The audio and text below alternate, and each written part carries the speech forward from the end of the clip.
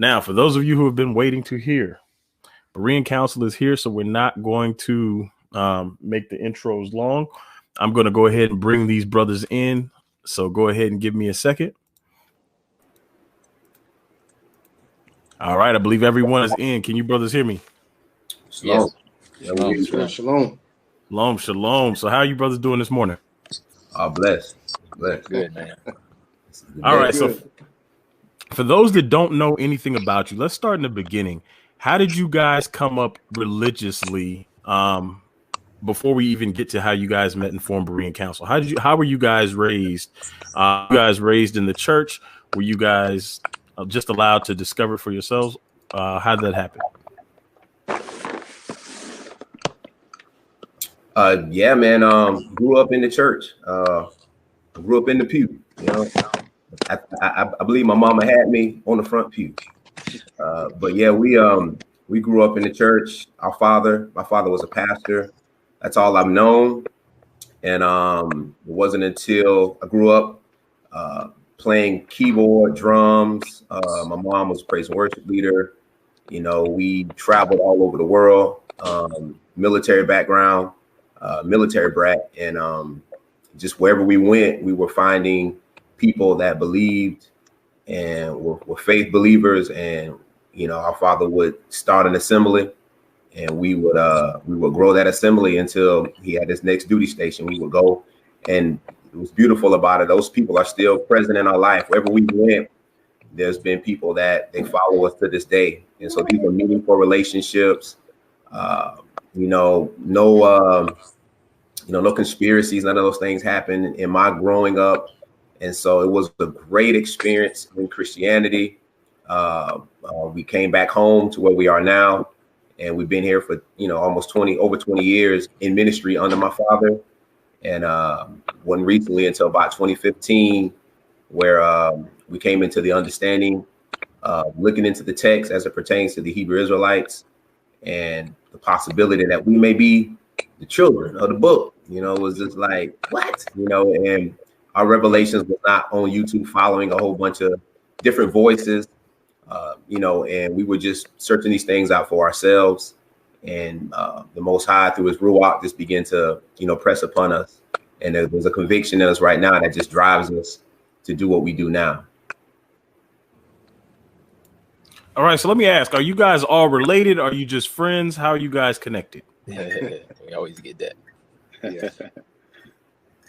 Well, we've been in ministry together for almost 20 years. I'm a military brat too, so both my father and Ak Reg and Ak Gabriel, their dad was a Marine too. So when he was doing church in California and moved to Gainesville and built the church here, then that's how I end up moving back. That's how I end up moving to Gainesville. So we've been, I mean, you got Ak Gabriel, who was the minister of music. You got Benjamin, praise and worship. You literally got, you know, Ak Lewis, which was basically the second in command to literally run the church because he's the junior to our former pastor. So we've been in ministry together. Yeah, like I said, almost 20-something years, if not more than that. We've known each other a long time. And I would say, you know, back to the one question you had with our journey, with that 2015 journey, as far as Israelite, we all had different perspectives of how we came into it. These guys can testify. We were back in Harlem in 2008. Benjamin, was that 2008? When we ran into the Israelites? Yeah. We ran into the camps we ran into camps in Harlem, and you know, we stood strong in our Christian understanding, and you know, and declaring John 3:16 real hard and everything else. But how I came into it, I was given a message by the late Stephen Darby in 2015, and was just literally told to disprove it. And upon me trying to disprove it, that's where I came to the conviction that this must be true. And if this is true, then what else have we been lied about? But we've all functioned in ministry together for well over 20 years. You know, went out of the country, done missionary works, been all up and down the East Coast, you know, preaching Christ, preaching the word and everything else. And it wasn't until that 2015 where the lights came on and we had to do some self-examination. about this truth that we're in. All right, now it's interesting. I'm gonna come back to 2015 in a moment. You guys are using a lot of words that sound like church words, and one of the that they try to put on us is they try to lump us all together and make it as if we're, all one dimensional and we're all the camps and we're all out on the corners. What, if any, is there any difference between how you guys worship and how a traditional black church worships? For example, would people be able to tell any clear differences, or would they feel the same coming in to worship with you guys as a more traditional black church?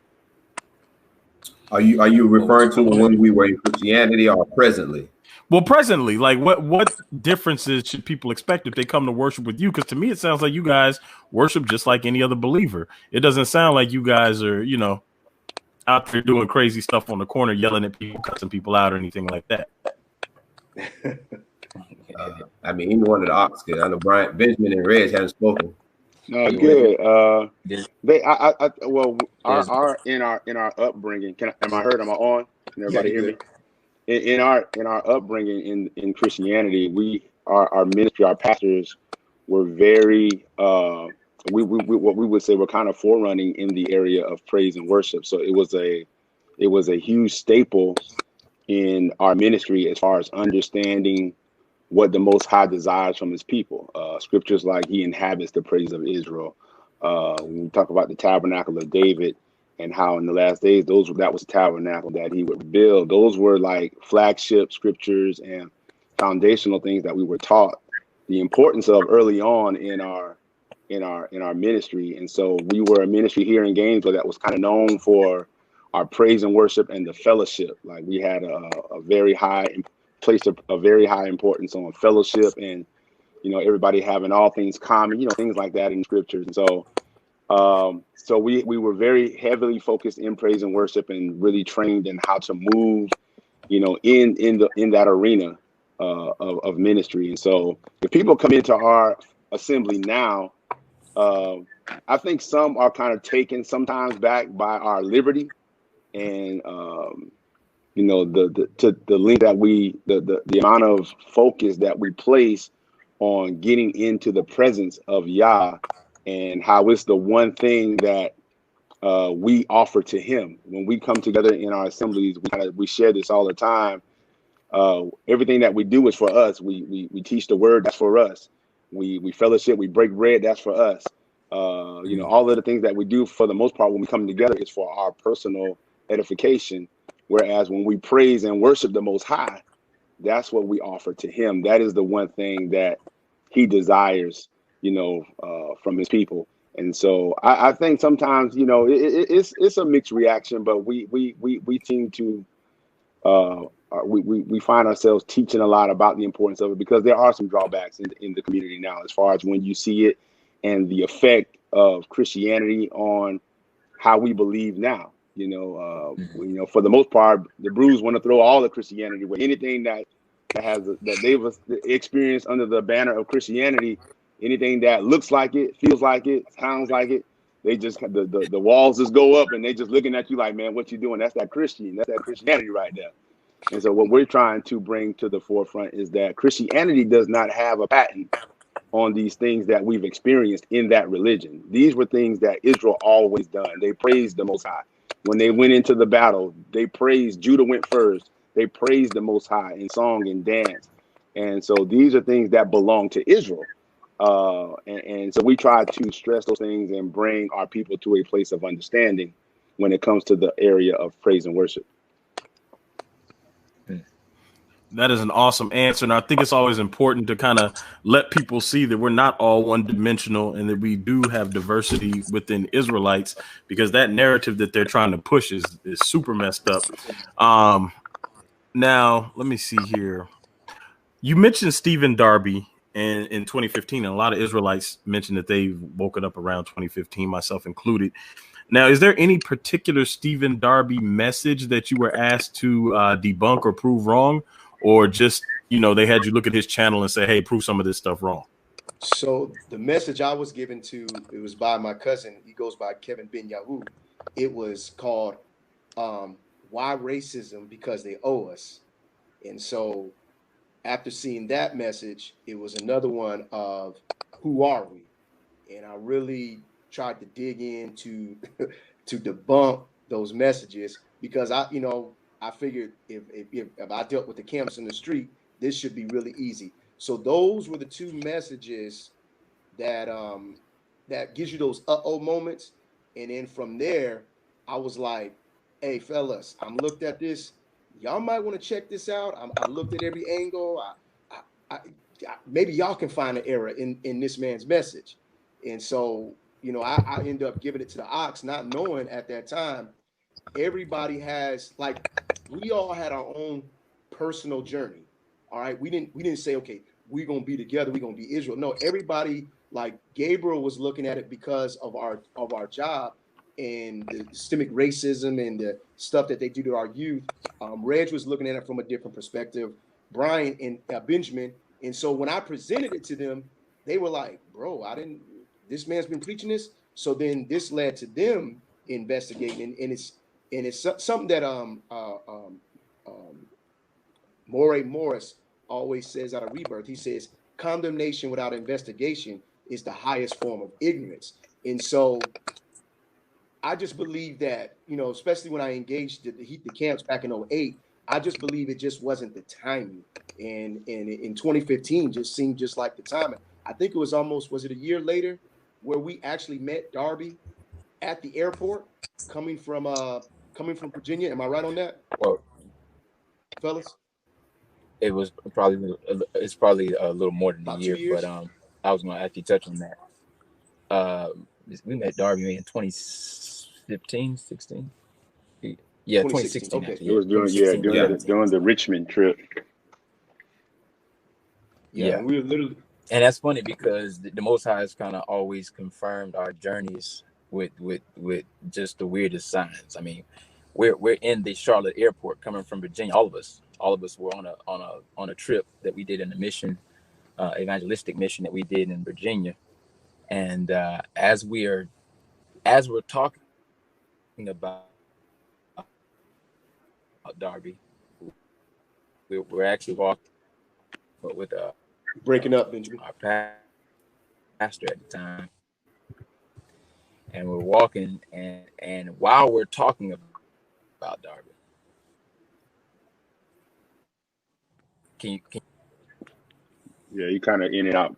You're in and out. All right, I'm sorry about that. But as we're talking about Darby, he comes in.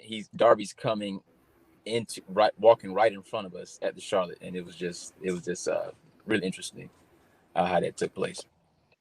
So the Most High has always kind of had a way of confirming our path and our journey as we advance forward. So that's been pretty interesting.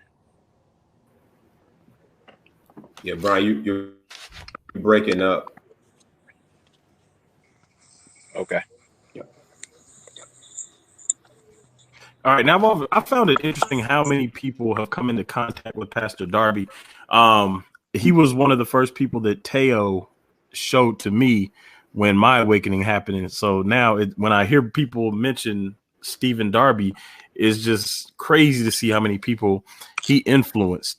Now, is there any one particular piece of evidence out of all the evidence you found that stands out to you the most? Could I get each of you to answer that? Your individual particular piece of evidence that made you say, look, now I know for sure we're the people, and this piece right here stands out to me. Ooh.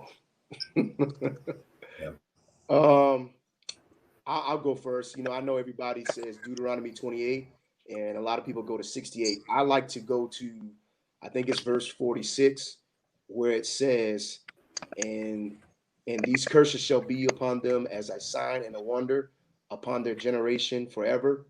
I hold to that because Dante, you still there? Say it again. I hold to that scripture as from a biblical standpoint as major evidence that, okay, even if I'm not Israel, let's just say I'm not, whoever these people are, this is upon these people, and this is the condition that they're in. So that is a scripture that that's a foundational scripture that I hold to. And then there's another one where I also hold to about was two more, maybe it's two more, but Deuteronomy 28 verses, I think either 45 or 46 or both of them is the scriptures I hold on to, just about the conditions that of what Israel would be in and how these are a sign and a wonder upon them throughout their generations, period, upon their seed forever. That's what it says. So that's kind of something that a single point of reference of scripture that I actually hold to.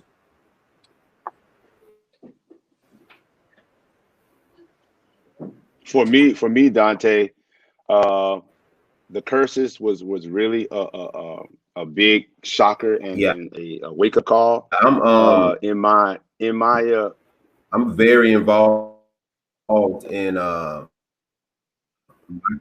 my Gabriel, you slowing up. Go ahead, Reg. I heard Gabe talking. I didn't know if I was over talking him or not, but I was saying that the curses were a really wake up call and checkpoint for me. And I think Gabe was finna share a little bit about this as well. In my occupational journey, is my jobs that I've had. I've worked a lot with our community, with the youth of our community, at-risk programs, after-school programs, dealing with our youth. And it was just as we came into the awakening into this truth, it was one of those things that was just kind of staring you in the face, like the condition of our people, our experience in this country, what we've done. I mean, what's been done to us in the past, and what we presently are having to endure. We are the only people that fit the prophecies. I mean, we can get caught up and trapped in the ropes of Christian doctrine and misinterpreting scriptures and things like that. But when you look at the facts, when you look at our experience, when you look at the plight of our people, as well, this is another thing, and I'll let I'll share. I've had an opportunity to encounter some native brethren from the continent, from Ghana, from Nigeria. And I've had conversations with those brothers about our identity here in America, our connection to the transatlantic slave trade. And they just kind of share the information like matter of fact, like, yeah, you are, tied to the tribes of Israel. You are tied to the, lost tribes. They say things like, if you go back over there, you're going to see people that look just like you. They know how to trace their heritage, the migration patterns of their fathers and ancestors to the tribe of Gad, to the tribe of Dan. So just having those encounters and just being humble enough to just look at the evidence that's being presented. I will say that truly in this time, even as clear as the evidence is, it still takes the Ruach to open your eyes and to cause you to receive that truth. And so those things for me were hook, line, sinker type issues, where looking at the curses, looking at the plight of our people, our experience in America, what we've been through in the past, what we're presently encountering now with the brutality and economic disenfranchise and all of those things. We fit the prophecy, we fit the description, the profile of the people of the scriptures.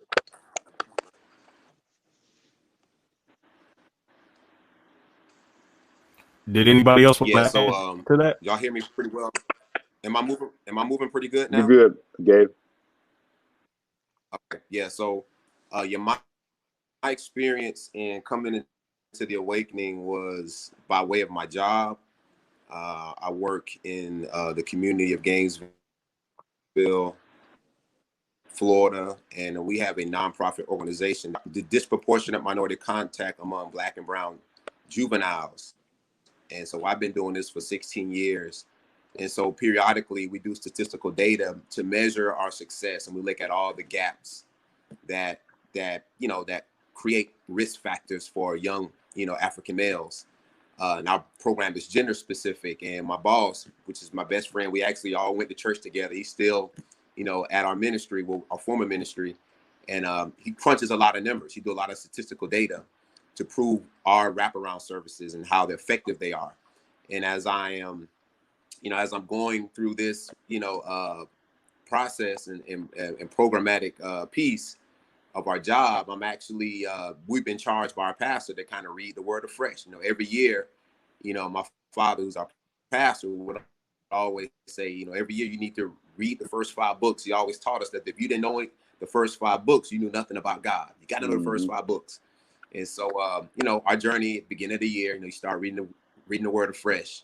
And as I'm reading it, I'm doing my job title. I'm doing my job work. And Deuteronomy 28 just smacks me in the face as I'm looking at the data, and every disproportionate statistic I'm looking at, the curses are just talking about what would befall the children of Israel if they're out of covenant. And that revelation, I mean, it brought me to tears. And as I'm in my time of devotion, reading the word, and I'm thinking about all the dots begin to connect. And from that point on, I began to just do an intense study about the possibility of us being the people of the book. And it was around so that happened in January when the month of Sivan, which is actually July, the Hebrew month in July, I'm actually in my month of eldership, right? I'm being groomed to become an elder at our church. And so my entire message for that month was called Repent, Repair, Restore. Right? And so this whole time I'm being enamored with the revelation. I'm trying to drop jewels in my month. I'm trying to just throw stuff here, throw stuff there. I didn't want to be the author of confusion. I didn't want to, just uproot what I previously had knew about doctrinal beliefs that I had strong convictions about. So that's the first test as you're looking at all your doctrinal stances. Once you realize who the people are, your whole doctrinal presuppositions the walls start to come down. Like, oh, this true. Oh, this don't match. So everything, your whole paradigm begins to crumble. And so, my last night of eldership in the month fell on a Tuesday, which is our Bible study night. And on that night, I'm finna wrap up, my series of teachings, because we have service Tuesday night, which is Bible study. Thursday, we have our prayer intercessory night. So each night we have service. As an elder, you're responsible for the entire month of services. So you got Tuesday night Bible study, you got to teach. Thursday night prayer, you got to run. Friday night live Sabbath service, you got to teach. And then 8 o'clock Sunday, you got to teach. And then the pastor would take care of 11 o'clock, because that was a big, everybody would come in. And so my last night fell on a Tuesday night. And my message was, He will gather. That was my message. And I went to Thomas and I was like, Thomas, man, I'm gonna need you to help me out on my lesson. I want you to go through a few scriptures and we're gonna work through it. And so, JT like, nah, dog, we ain't, you ain't get me in trouble. You know what I'm saying? Because we had already been told to kind of stay away from the Hebrew Israelite message. It's like, all right, we're gonna get with the elders. We're gonna work through this together as eldership and leaders. Don't go around and talk to the parishioners. And sometimes we did, it was like fire shut up in our bones. And we keep it right. And so that night my big brother went to my father and was like, I don't think you should let him, because my big brother wasn't still sold on it all. He was like, I don't think you should let him do it. I think that's gonna cause a problem. And so my dad was like, nah, it'd be all right. And so we went out and we did the lesson, and that was the straw that broke the camel back. That was it. And from that point on, it was like you can't unring a bell. It's gone now, So that's kind of what my journey was. And I think maybe a year we kind of stayed around and tried to work through some things. And then I think JT was the first one that kind of he just quit showing up frequently. And eventually he just quit coming. And then I think my big brother, after there was a time where I think we kind of got set down for a little bit because the leadership wanted to kind of, clear up some things. People in the house were kind of, being a little confused. They didn't like what we were doing. They thought we were not in the truth, that we were being deceptive. And so these were leaders. Now, these weren't just, laymen. These were like leaders in the ministry. So my dad kind of put us on ice. And then my big brother was a little concerned about that decision. And I think that, he just was like, until I can get some resolution about what's going on. I need to kind of take a step back. And so he took a step back, and then it was just me and Brian. And then, you know, Benjamin, he left me high and dry. And I kind of stayed trying to be the musician, but I had got put on ice. I'm the MD, you know, so I'm in charge of the music department, the arts and all that. And so my dad kind of put me on ice and let the other ministers of music kind of hold it down. And then, I mean, after that, it was kind of like, it was a nudge for me to say, you know, I think the Most High is calling me. I think he's calling me. He's kind of made this thing be what it is. So I didn't have any ties at that point. So I kind of started to not be as frequently available. And I began to kind of, you know, fully keep the Sabbath, which we were already doing. We were doing Sabbath and coming to Sunday. We were doing both, doing ministry and trying to do what we were doing for Yah. And eventually I pulled out altogether. All right. Is that everybody? Did everybody get everything in? Can't hear you, Ben. Can't hear you. Your mic. Yeah, that was pretty You much muted? it. Ben, nah, he's not muted on my end. Yeah. Well, I do want to add in, I think Gabe, while we were in the ministry, we were doing Berean Council and ministry at the same time. And kind of what got us sat down is we did about 3 videos, fellas. Like, and you got to understand something about our ministry, like within the former ministry that we were part of. We were known as Bible thumpers. We were known as, oh, you know, that church, you don't want to mess with them guys because they know the scriptures. And so we did about 4 or 5 major roundtables on this subject with the elders and with the other elders and our pastor. But it just kind of got to a point where we felt the tug by the Most High to say, okay, you know, and this is where you get the forming of Berean Council. We got a whole nother audience, and we got a whole nother audience out here. And I think something that Benjamin has said, like, if we don't get a hold on this right now and put proper perspective on it, this thing is going to catch like wildfire, and it's just going to run rampant. And so we were sharing that with our former pastor, like, we really want to get on this. And so I think it was our last roundtable discussion on a Friday, and Benjamin had kind of laid out, hey, Pastor, this is what the Most High has nudged in our heart as far as we want to do this Berean Council thing. We want to use our social media, YouTube, Facebook, to start teaching our people about this understanding. And we wanted to do that so that it wouldn't conflict with what was being taught in the house. But of course, you know, as we went forth to do that, we found out it literally caused more conflict. You know, people would see my Facebook page or see Gabriel's Facebook page, anybody else, and they're having questions. Or when pastors having Bible studies, it's hard not to say, that's not true, that's not right. So you're like, okay. Or if you had a discussion and it's just like, it's a lot. I mean, we went through some fiery trials trying to, you know, make this out. And the thing about it, we had brought in Rebirth to our city, and you know, of course, they did an excellent breakdown of who Israel is and this and this and that. And when we brought them in, you know, Morris is kind of charged us. And initially, Berean Council was just supposed to be the immediate families. We were going to sit down and just teach our wives and children. We were not wanting an assembly at all. We did not want that. And kind of Morris and Cullens from Rebirth kind of charged us, and that's kind of where it went, you know. But initially we were like, man, let's just stay with us. Let's do a video here and there for Berean Council, put it out there, but we'll still function back in the ministry. But you kind of find out in the end, you just can't do both. And so that's why it ended up, you know, when I couldn't preach no more, I was like, I don't know what else you want me to do. So I was just like, well, I love my pastor, who was my godfather, still is. And I just said, well, you know, Pops, hey, I feel this tug. So I'm gonna have to go. Call me when you need me. I'll come. But you know, this is the conviction that I feel that the Most High gave me. All right. Before we continue, if you're not speaking, can you please mute your mic? There is clicking in the background. People saying they're hearing the clicking. But whenever you want to speak, just feel free to unmute your mic yourself. I'm not going to mute it on. For everybody in the chat room, go ahead, get those thumbs up, please.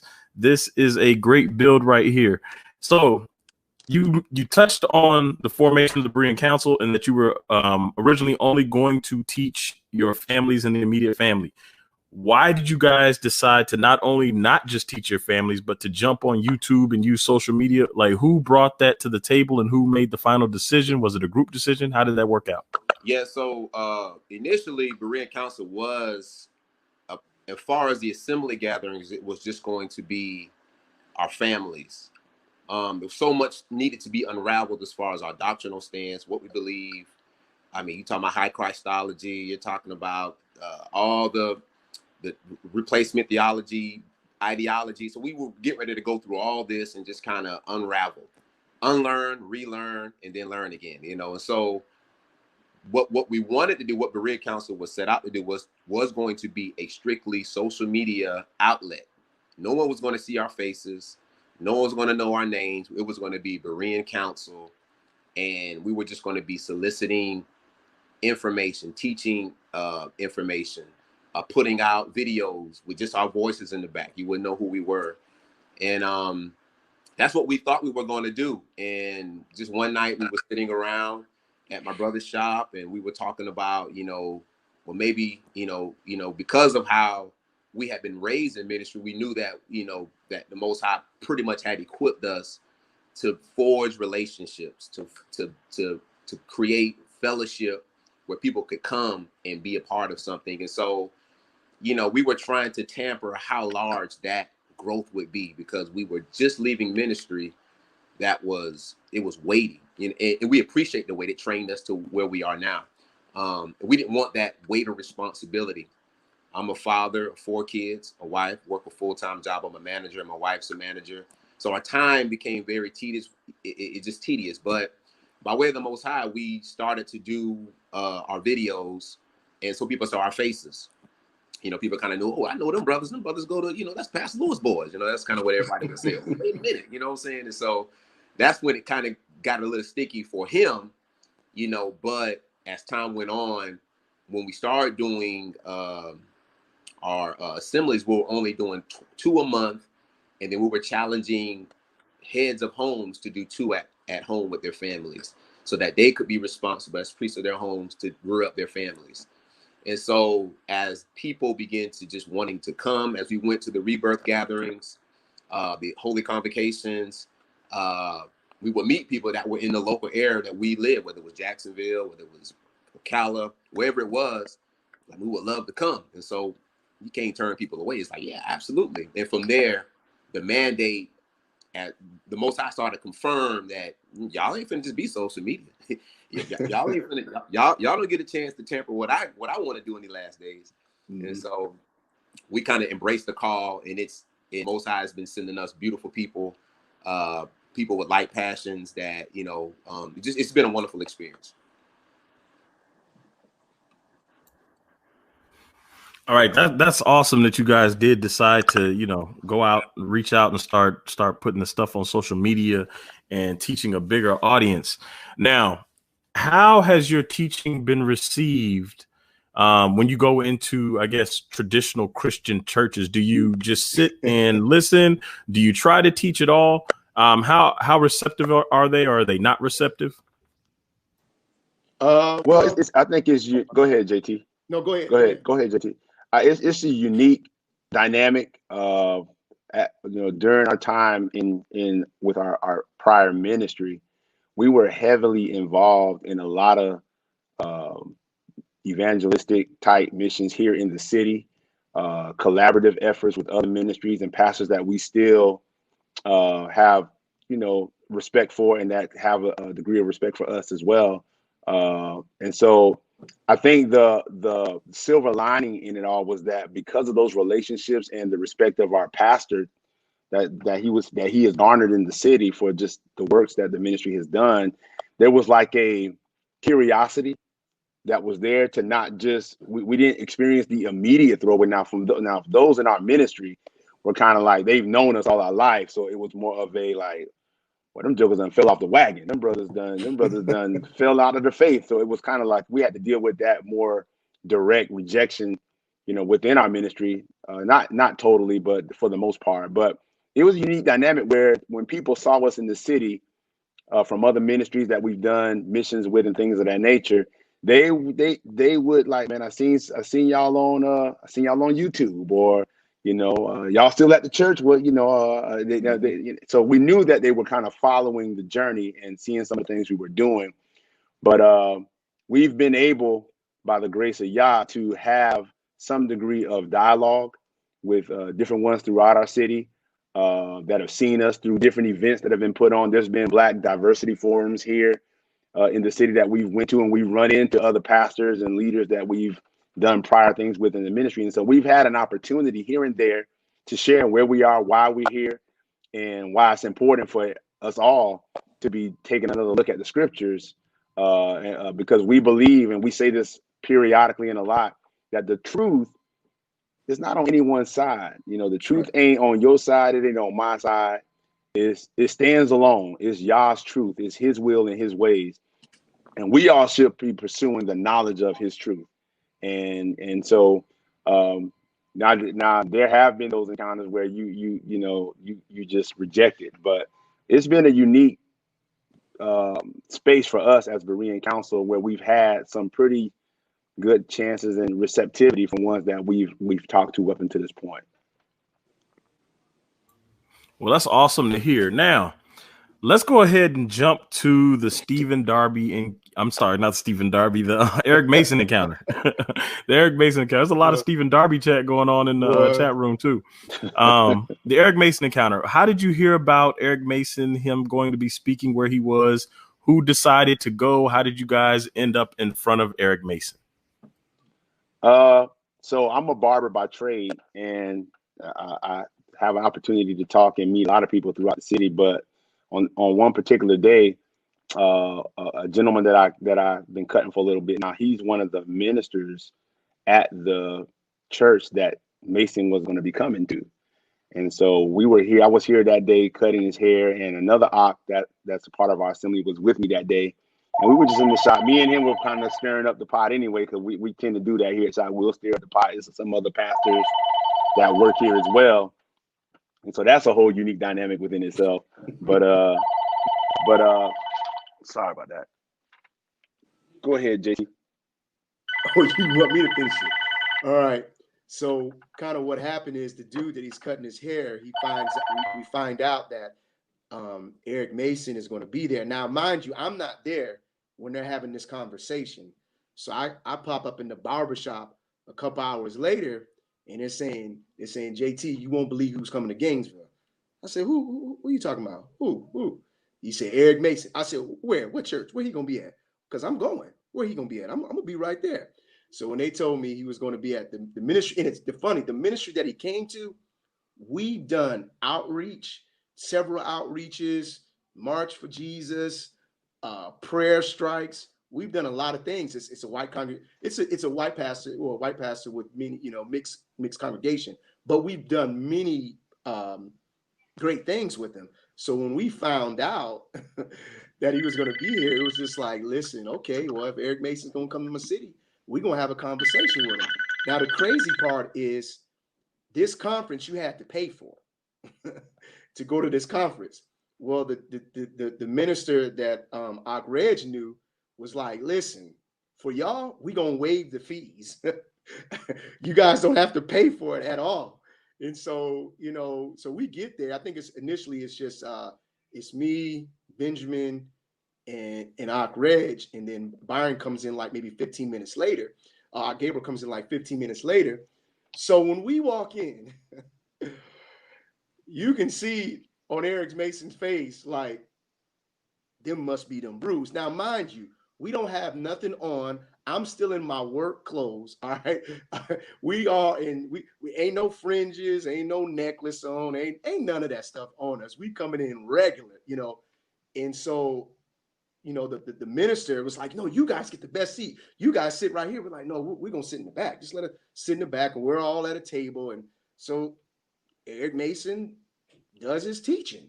Now, mind you, the stuff that he's going to talk about, I am completely blown away, because those are, to my perspective, is the stuff that you're dealing with are perspectives that Israelites declare when we're talking about who we are and the injustice. So Eric Mason sat there and said out of his own mouth, he said redline, these are pointers that I'm remembering. He spoke about redlining as a racial injustice against Black folks. He talked about the slave ship called Jesus. Then he talked about the white image of Jesus being the most self-destructive image of greatest weapon of mass destruction. Of mass destruction. Now he said this. Now, mind you, the congregation is like 60 to 70% white, and the rest is mixed. And so when he's saying that, I'm looking like, do I stand up and say Black power? Do I give a clap? Or, I mean, do I need to be his bodyguard? I mean, because I'm like, you saying stuff. I'm like, well, we're going to get you out of here. So it was eye-opening. And it's funny, like I said, these are all perspectives that, as an Israelite, we use to go against the narrative, you know. And so he's using that. So it was kind of just like weird, you know, like, okay. And so, of course, and I'll let the other brothers add in, but of course, you know, he walks off stage. The pastor of that church comes up and just giving us big hugs and love. I love these brothers right here. These are my brothers. And mind you, he knows about, you know, I've had text conversation. He knows that, hey, we Israelites, we're claiming this, we walking in this, he knows all this. And he's like, these are my brothers and we love you. It's like, okay, cool. He's like, and you guys, I'm going to make sure you guys meet Eric Mason first. I'm going to make sure you. So we're like, okay, no problem. And I kind of knew Eric Mason was on guard from the fact you a couple months ago, you just had a dialogue with some brothers on the street, Sakari, and they kind of gave you the business, you know, whatever.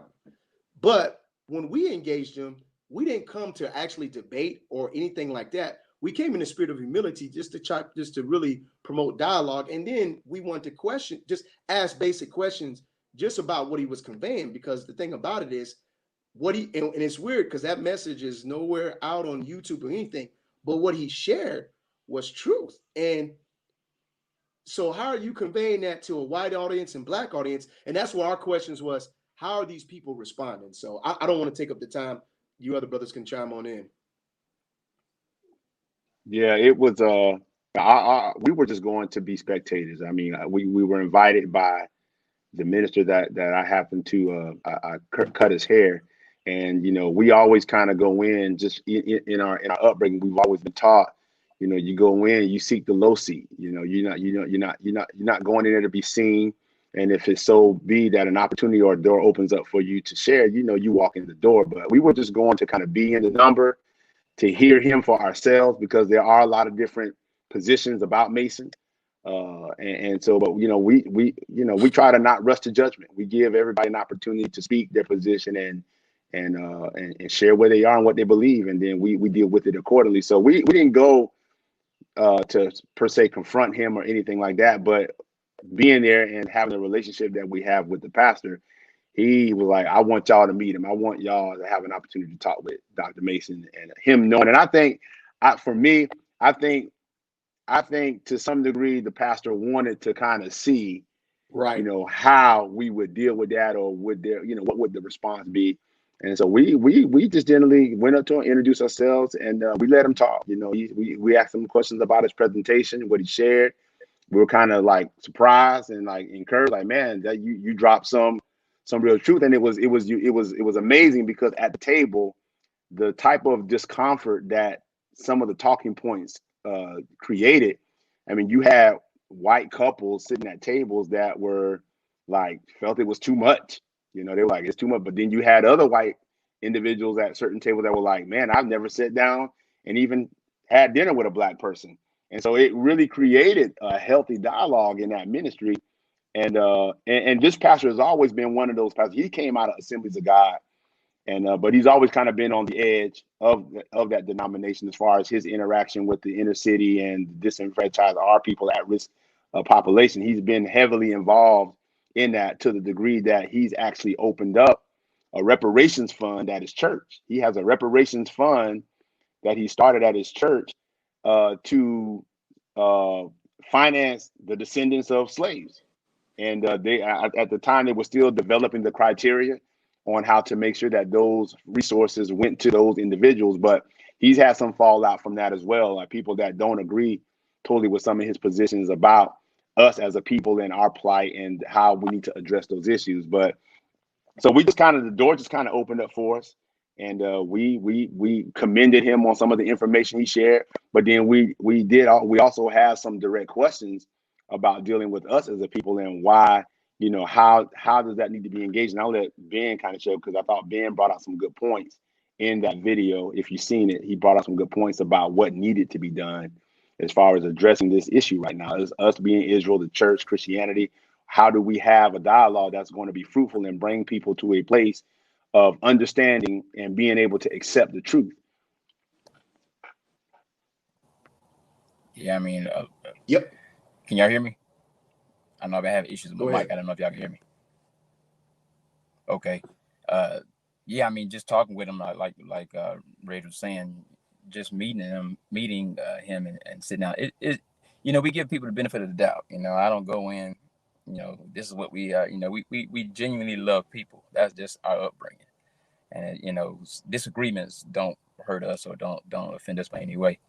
But in our encounter there, we did ask him, and just gave a charge to, hey, say, you know, sit down with the community, sit down with some of the, you know, the intellectuals in the community, and we gave a charge for the apologists to come together with some of the intellectuals of the Hebrew community and sit down and be able to hash out the differences.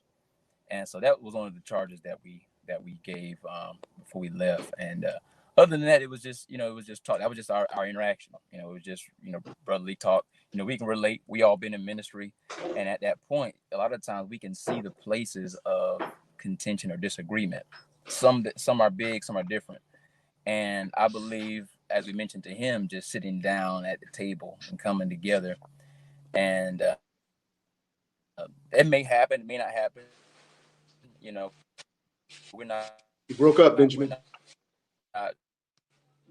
You know, crying over spilled milk or anything, you know, that may or may not happen, or trying to force anything to happen. Necessary when you're dealing with such topics.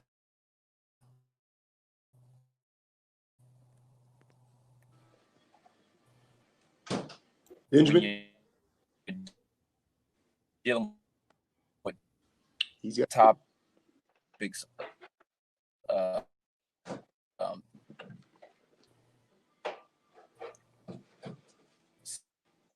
such as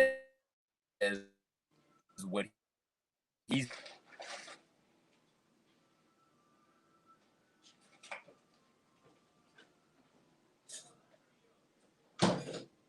Go ahead and chime in, Gabriel.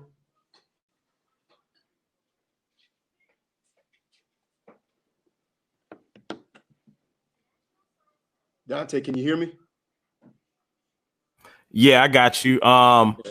It must be. Let me see. Might be the location that Benjamin was at. All right. If one of you other brothers want to continue, if not, I got more questions for you guys. I'll kind of just continue with it just a little bit. You know, as we were kind of asking him some questions, it, you know, as always with anything, it does go to lead into the Israelite narrative. And kind of the things, one of the things that, you know, that we were pointing out was, you know, he was saying, where are your scholars in the community? And so and it's something he said also. He's like, you all need to have, how did he put it?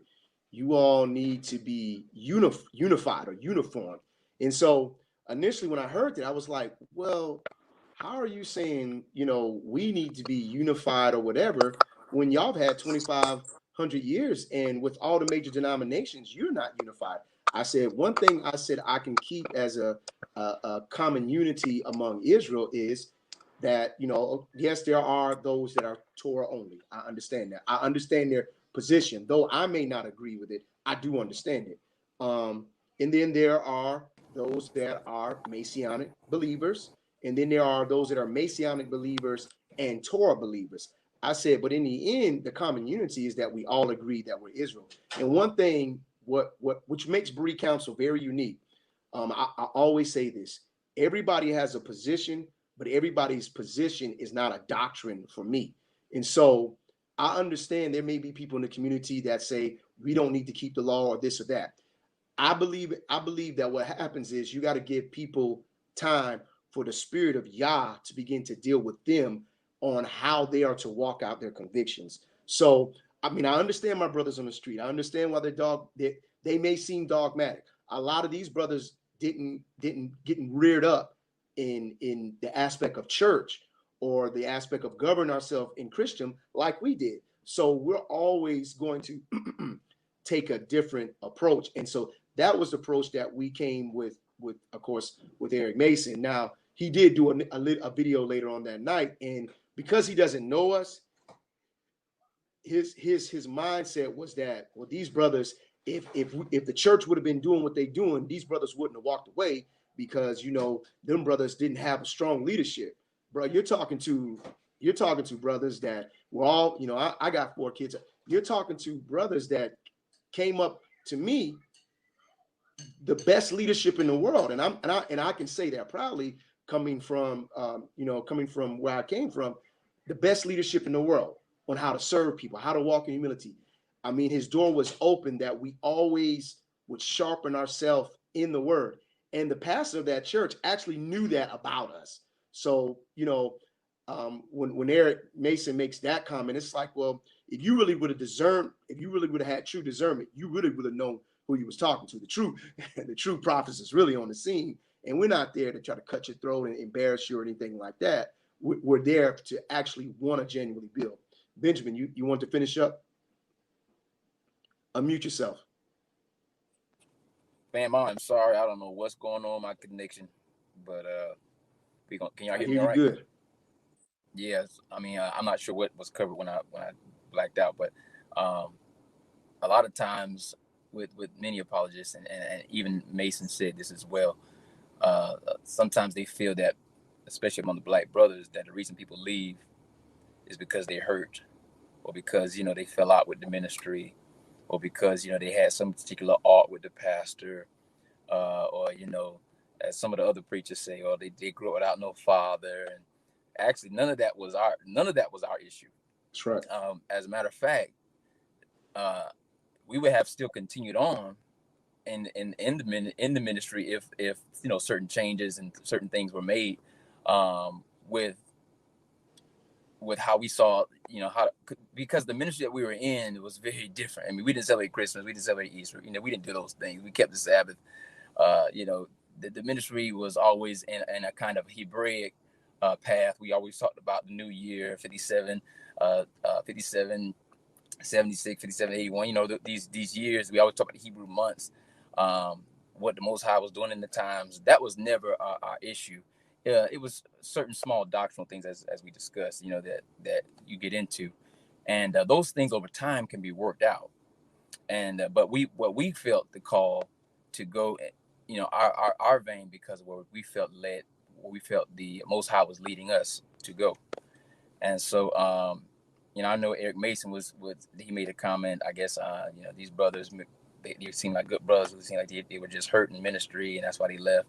And a lot of times you hear that narrative a lot. So, you know, preachers are looking at the Hebrew Israelites and say, okay, all them brothers were just offended at their church, that's why they left. That's not necessarily everyone's plight at all. And so I just wanted to just say that to clear that up. But however, we understand the differences, so that's why we never take offense. We understand how people can see that, how people can relate to that, and none of those things ever offend us. That's why it's important to know what you're called to do, when you're called to do it, and move on what you're called to do, where you feel the leading of the Most High. It's not about a church, it's not about your empire. It's about what the kingdom of the Most High is doing and your place and your role in that.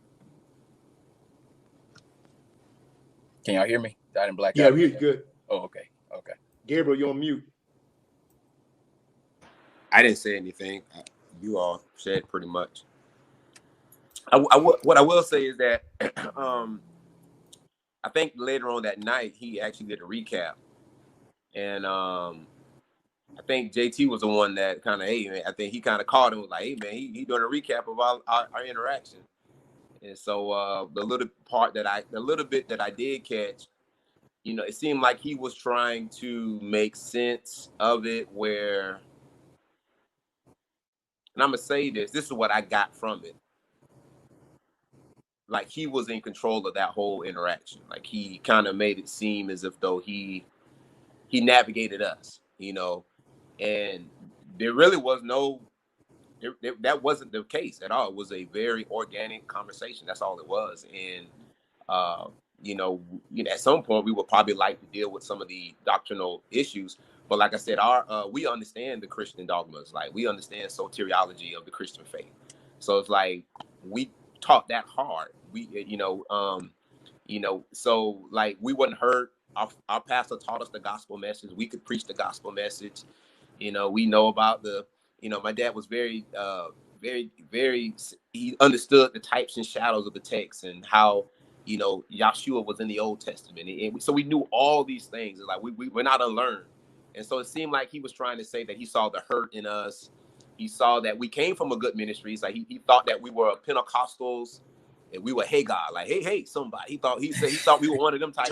Tongue talking. And that's not us. You know what I'm saying? We're not that. You know what I mean? We, in some ways, we frown at those expressions because they're enamored with theatrics, and people get lost in those things. And so we understood that the simplicity of teaching the gospel, although there are times when you can exuberate the type of, the what they call it when you start to preach the text. Come on, somebody.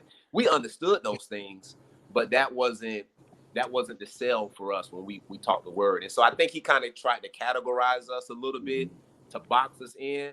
And I think what was hard, he couldn't do that. He couldn't box us in and put us with the narrative of most Hebrews. When he did kind of outlay that, like, these wasn't just they embraced me. They gave me a hug. And there was that one moment when he began to kind of, lay out his doctrinal stance about a particular Christian doctrine. I think it was about Christ, the deity of Christ. The deity of Christ. And when he did that, because I don't rock that view, he saw my body posture kind of was like, it shifted a little. And he caught me. He knew that I was like, oh, you brother don't agree with me. So he tapped me like, oh, don't do me like that. Don't do me like that, And so we laughed about that. And, we laughed. I said, no, go ahead. And so, but that was pretty much the thrust of that whole interaction. Like we didn't have an agenda other than just to be there and to kind of hear. And like all the ox has said, all the brothers have said, I was thoroughly impressed with how he laid out, that whole sermon that he did. I was like, woo. Well, he didn't. He said that. And so, I was pleased with that. And that's as far as it was. Like I said, we follow Eric Mason. And I think that the other videos that we see of him versus what we saw that night, I'm just gonna be honest with you, it was the total opposite. It was not the Eric Mason that I would see on the interactions with other Hebrews. And I think sometimes when you get around certain people, where they can pull the best or the worst out of you. And one thing, we're grounded, we're not emotional. We let the truth, like Greg said, we let the truth speak for itself. So. Yeah, I think. Oh, go ahead, Dante. I'm sorry. No, go ahead. I'll let you finish before I ask my next question. I think one of the challenges in this whole stretch that we're in with the awakening and the challenge that it presents is the fear of being wrong, the fear of everything that you hold near and dear to your heart when it comes to God, having a feeling or sense that none of it mattered. And I think everybody kind of deals with that in their own way. So in these conversations that you have, the defense is so high because you're wanting to hold on, and you're only going to judge who's in front of you by what you've experienced. And I think that was the unique. That's what was so unique about our encounter with Mason, is he had, I believe to some degree, he had us summed up in the framework of his encounters with other Israelites. And when he actually encountered us, he was just, it kind of took him out of his familiarity of dealing with us to having to actually have an organic and genuine exchange. And I you know, initially when we heard the his response that night, initially you want to be like, man, he tried us, you know, initially like, man, he tried us, man, he don't know us, you know. But at the same time, you in this process, man, like Ben said, people are where they are, and we have to look for a door of utterance as the Most High opens it to go in with meekness. Like we ought to speak, we ought to be ready to give an answer for the hope that's in us with meekness and fear.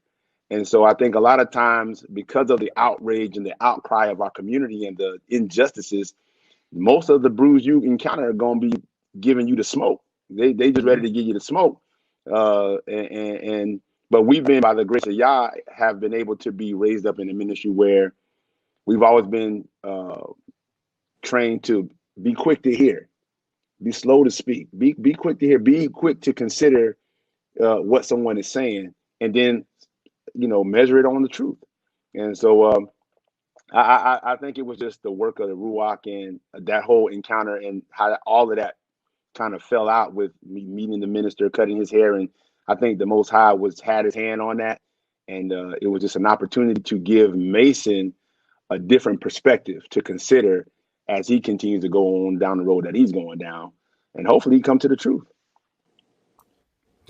Now, I find it interesting that Mason does sound like an Israelite at some times in some of the points he makes. And I do find myself reluctantly agreeing with him, even though I would like to disagree with him more. Now, I heard Mason say it, but I'm not sure if you guys made it clear. So the pastor that invited you guys to the event was a white pastor, correct? Yes. Mm-hmm. Okay. And this was a predominantly white church, correct? Correct. Yes. Okay. Now, do you have any idea whether they believe that we are the true Israelites, or were they just open to the communication with you guys? I believe he's kind of, I believe that pastor, and you're talking about the pastor, right? Yeah. One that I believe that pastor kind of is teeter-tottering on that, because this awakening is so broad, and it's made its way all throughout games with the Berean Council message, and because he knows us. And I believe he's come across some of the information, and which is why he's probably had to bring in Eric Mason or try to clear up some kind of, it's the safe way for his people. It's palatable. You know, a lot of people, they're not gonna go straight to, you know, people can't take Berean Council now. We're not gonna bring them up in here, but let's bring somebody who will acknowledge the issues of injustice that I agree with, which this pastor agrees with, right? So he acknowledges the injustices that are going on with black people. He's got a whole reparations fund. I mean, he's really championing that. He's lost some of his white parishioners, top giving parishioners over this agenda that he has to be for justice for what's going on. But I believe he has come across it. He's never really acknowledged it, though. Okay. I mean, you guys only know what you know. So if you do find out anything, please let us know, because one of the things I love to put forth, because we know that other people won't, is that there are people outside of us that do believe that we're Israel, and they try to make it like it's something that's just going on with us.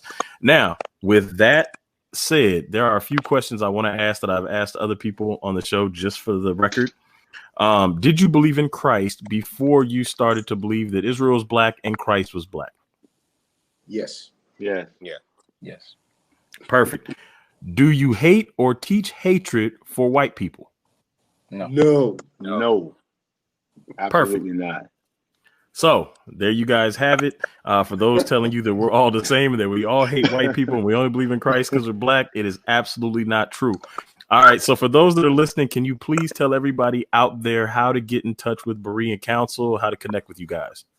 Please, if you're listening, you can connect with us. Matter of fact, right now, you can go on to our YouTube page, Berean Council. You can go to our Instagram, type in Berean Council.